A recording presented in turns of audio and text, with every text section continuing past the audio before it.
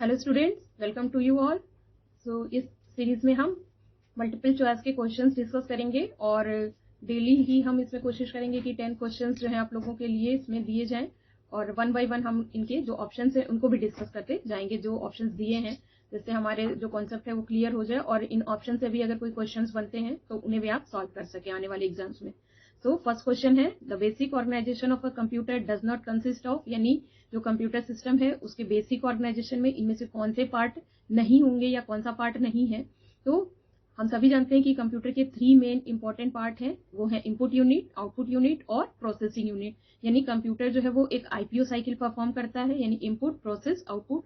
सो उसके अकॉर्डिंग यहाँ पर जो 3 यूनिट्स हैं, that is input unit, output unit और सीपीयू, ये सब क्या है, ये बेसिक ऑर्गेनाइजेशन का पार्ट है। और जो ऑप्शन दिया है इसमें कीबोर्ड जो है वो इस बेसिक ऑर्गेनाइजेशन का पार्ट नहीं है। क्यों? क्योंकि हम सभी जानते हैं कि कीबोर्ड क्या है, एक इनपुट यूनिट है और ये डेटा एंड इंस्ट्रक्शंस को प्रोसेस करने के लिए, इनपुट करने के लिए दी जाती है, कीबोर्ड यूज किया जाता है। ओके, तो हम सेकंड क्वेश्चन की ओर देखते हैं कि क्या है, कॉमनली यूज्ड स्टोरेज डिवाइस, यानी जो एक स्टोरेज डिवाइस है जो डेटा और इंस्ट्रक्शंस को परमानेंटली स्टोर करता है, उसके लिए हम कौन सी स्टोरेज डिवाइस यूज करते हैं। वो ऑप्शंस दिए हैं, फर्स्ट है रैम, सेकंड है रोम, थर्ड है हार्ड डिस्क एंड फोर्थ है एस रैम यानी स्टैटिक रैम। तो इनमें जो ऑप्शंस दिए हैं इनमें रैम, रोम और स्टैटिक रैम ये सभी क्या है, प्राइमरी मेमोरी की तरह यूज होते हैं। और हमारा जो स्टोरेज डिवाइस है वो क्या है, हार्ड डिस्क, यानी कि हार्ड डिस्क जो है वो सेकेंडरी स्टोरेज डिवाइस है। इसमें डेटा जो है, जो इंस्ट्रक्शन है या जो फाइनल रिजल्ट है वो सभी कुछ परमानेंटली स्टोर किए जाते हैं। अब क्वेश्चन नंबर 3 है हमारा, the final output available to a user on the monitor is known as.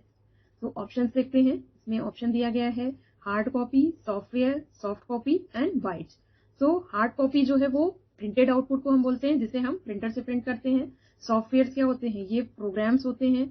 और हमारा ऑप्शन क्या है, सॉफ्ट कॉपी, यानी ये ऑप्शन ही इसका करेक्ट आंसर है, दैट इज सॉफ्ट कॉपी। यानी जो फाइनल आउटपुट हमें स्क्रीन पर, मॉनिटर पर दिखाई देता है वो क्या कहलाता है, सॉफ्ट कॉपी। और ऑप्शन डी जो बाइट्स दिया गया है ये जो है एक मेमोरी के लिए यूज करते हैं हम बाइट्स। ओके, तो नेक्स्ट क्वेश्चन देख रहे हैं हम कि क्वेश्चन नंबर 4 क्या दिया हुआ है, the speed of CPU is measured in, यानी जो सीपीयू है वो किस स्पीड से प्रोसेस करता है, उसकी स्पीड क्या है। तो ऑप्शन है MB that is megabyte, GB यानी गीगाबाइट, एमएचजेड यानी मेगाहर्ट्ज, पिक्सल, यानी ये ऑप्शंस हमें दिए हैं। इनमें एमबी और जीबी क्या है, ये मेमोरी की यूनिट्स है और हमारा करेक्ट ऑप्शन जो है वो है मेगाहर्ट्ज। पिक्सल्स जो है वो डॉट्स होते हैं जो मॉनिटर पर दिखाई देते हैं और इतनी पिक्सल्स की हेल्प से हमारे जो भी ग्राफिक्स है या जो भी हमारा स्क्रीन पे रिटन वर्क है वो सभी पिक्सल्स की हेल्प से होता है। तो हमारा करेक्ट ऑप्शन है मेगाहर्ट्ज।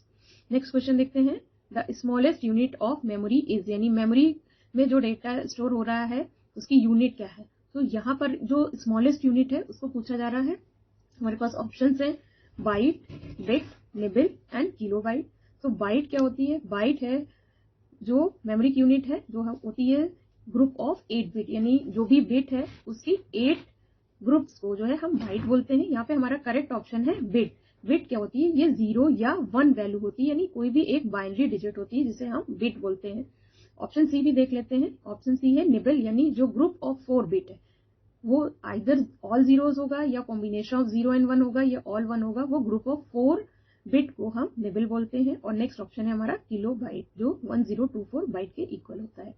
नेक्स्ट क्वेश्चन है हमारा, the special high speed memory which stores frequently use instruction so that CPU can access them quickly is.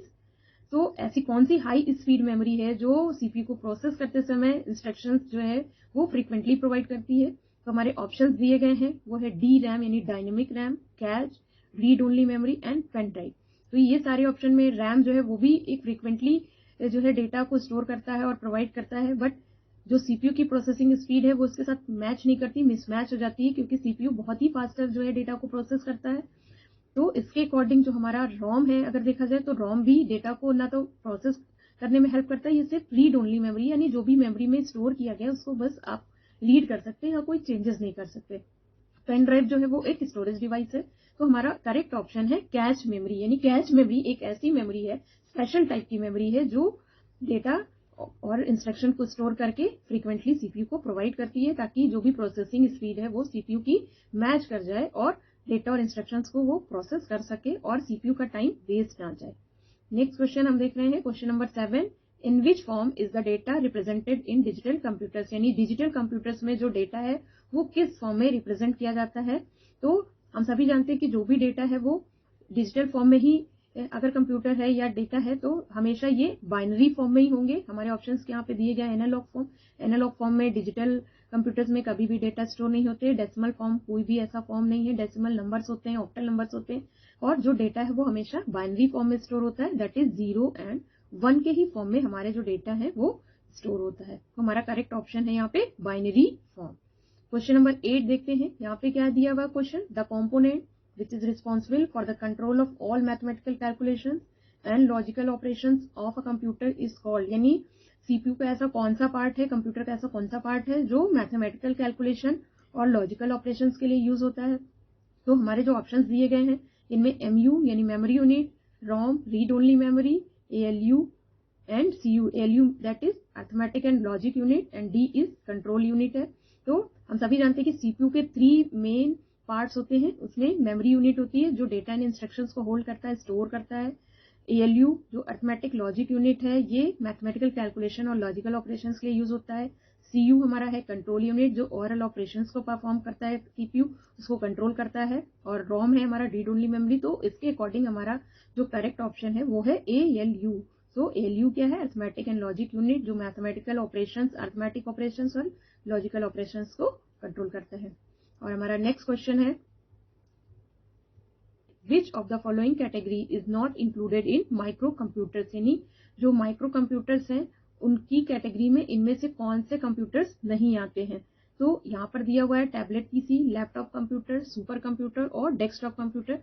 तो इन ऑप्शंस को देख के ही हम तुरंत इसका आंसर कर सकते हैं कि सुपर कंप्यूटर्स जो है वो माइक्रो कंप्यूटर्स की कैटेगरी में नहीं आते हैं। ये बहुत ही फास्ट कंप्यूटर्स होते हैं और इनका वेदर फोरकास्टिंग और स्पेस वगैरह की टेक्नोलॉजी में हम यूज करते हैं। जब स्पेस वगैरह में हम सैटेलाइट वगैरह लॉन्च करते हैं तब हम इन सुपर कंप्यूटर्स का यूज करते हैं। क्यों? क्योंकि सुपर कंप्यूटर्स में पैरेलल प्रोसेसिंग होती है जिसके कारण इनकी प्रोसेसिंग स्पीड बहुत ज्यादा होती है और इसलिए माइक्रो कंप्यूटर्स की कैटेगरी में हम इनको इंक्लूड नहीं कर सकते हैं।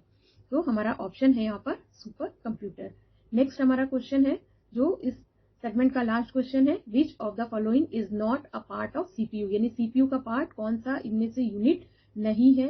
तो ये क्वेश्चन हम पहले भी डिस्कस कर चुके हैं इसके डिफरेंट टाइप्स को, जिसमें MU, ALU, CU and VDU. तो फर्स्ट 3 ऑप्शन देख के आप तुरंत समझ गए कि memory unit, arithmetic logic unit, control unit, ये तीनों ही क्या है, सीपीयू का पार्ट है। और वीडीयू यानी विजुअल डिस्प्ले यूनिट, ये मॉनिटर का नाम है और मॉनिटर क्या है, एक आउटपुट डिवाइस है। सो सीपीयू का पार्ट वीडीयू नहीं है। तो हमारा करेक्ट ऑप्शन है वीडीयू। Thank you.